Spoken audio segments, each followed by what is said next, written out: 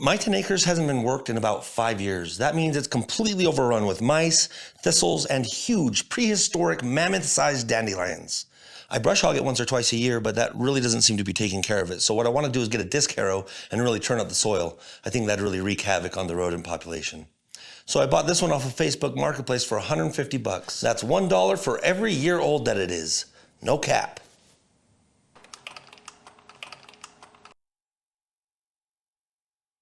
No cap. Now, I've never pulled one of these, but I'm pretty sure it's not supposed to do that, so I've got some work to do. If I can't get this running better, I'm gonna have to go out and spend $1,700 on a new one or make friends with the 1,700 mice living in my field. I hate both of those options so much. The first item on the list was to address all the slop in the bearings, and there was a lot of it. But as I dug into this thing, I was blown away by what I found, and it just really drove home how old this disc harrow actually is. The first step was penetrating oil, a lot of it. And the next step was researching how bad is tetanus really. Turns out pretty bad. I should probably try not to get cut. And then I just started taking this thing apart. There was wrenching, there was hammering, there was a ridiculously huge ratchet, but I finally got it apart and got to the bearings. And they were made of wood. Yes, bearings made of wood. That is how old this disc harrow is. And these wood bearings were completely spent. I think it was some sort of oak or maple, perhaps. So now I have to ask, can you buy wood bearings? Yes. Yes, you can. But can I make wood bearings?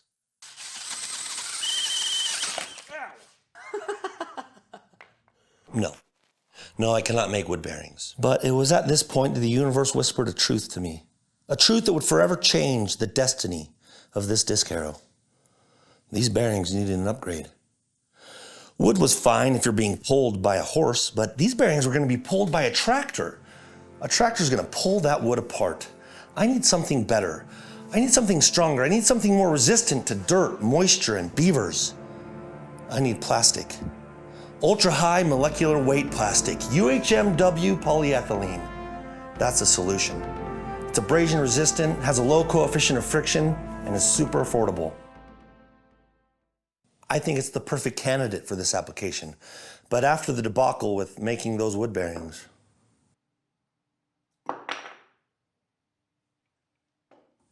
I think I'm gonna have to take a different approach.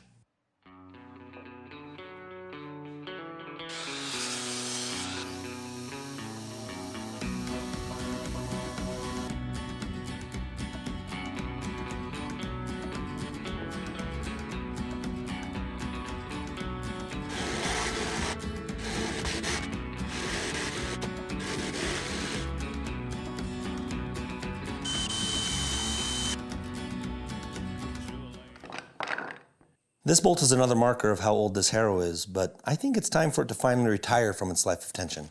So I'm gonna replace the hardware. Some of it. I was getting pretty excited to get this harrow put back together and start massacring some major rodentia. I was a man staring into a horizon of blue skies and open waters. But I did not see the dark storm clouds filling the sky behind me. In my pride and arrogance, I had laid the foundations of my own destruction.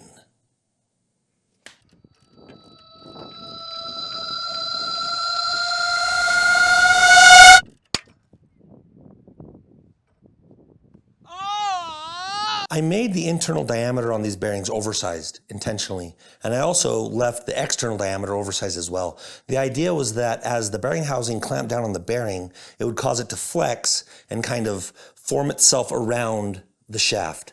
All of the shafts are very irregular. They're oval and tapered and bumpy and just, they're garbage. So I thought that would be my best chance of getting a nice tight fit. I did not realize that that was that thin.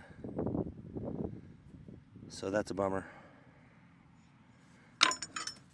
Am I done? Maybe. Maybe. This might have just become yard art. This was a pretty discouraging setback. I'm not gonna lie. I was ready to give up, go buy a gift basket of cheese and breadcrumbs and make nice with the mice. But then I remembered the motto of all farmers, homesteaders, and great men everywhere.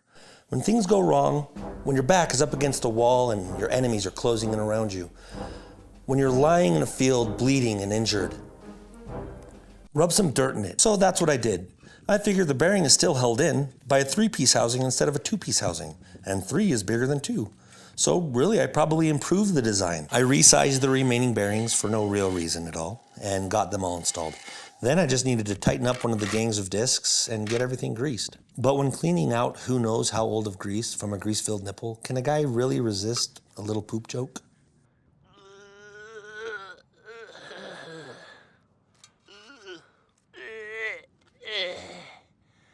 Oh yeah. Always feels good.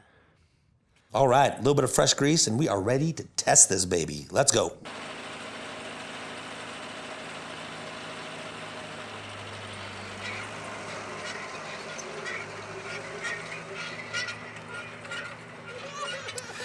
My 1-year-old son's reaction pretty much sums it up perfectly, don't you think? I tried running the disc with a bit more speed, but it got pretty wobbly and didn't perform much better. I decided that I wanted to give it a try with an injured back and also some weight on the disc, so I half-filled the barrel and strapped it down. And that helped. It definitely increased the ground engagement, but it was pretty sloshy and it didn't seem to be doing any favors for the stability of the disc at higher speeds. But seeing that the weight helped, I decided I would make some weights out of concrete. That would solve the sloshing issues. Additionally, as I mounted the water, a significant portion of the weight was being carried by the tractor. So I welded some bracketry directly over the 2 gangs of discs for my concrete to sit on. Now, pretty much all the weight will be working to increase my ground engagement rather than just increasing the traction of my rear tires. Lastly, I want to add some stabilizing bars. I think that'll take out a lot of the wobble. So, cue the music.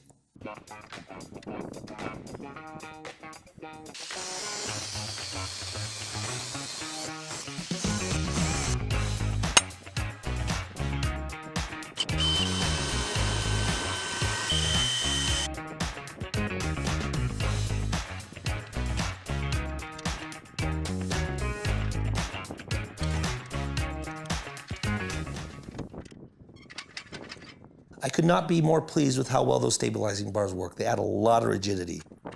And now is a moment of truth. Now we see if all of this work is worth it at all.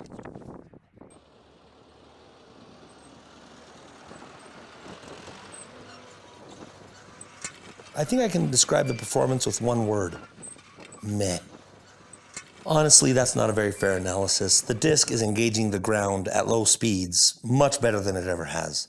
In fact, I think that it's doing a good enough job that with a couple passes in different directions, it would do an okay job at disking the field.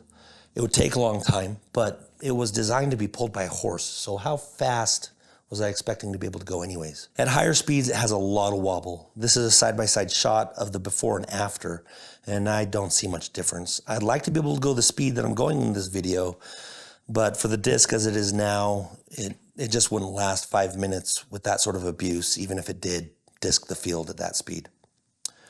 So where to next? I have an old brush hog that has a 3-point hitch that I could steal and attach to this harrow, and I think that would get rid of a lot of the wobble, but I don't know how much better would make it engage the ground.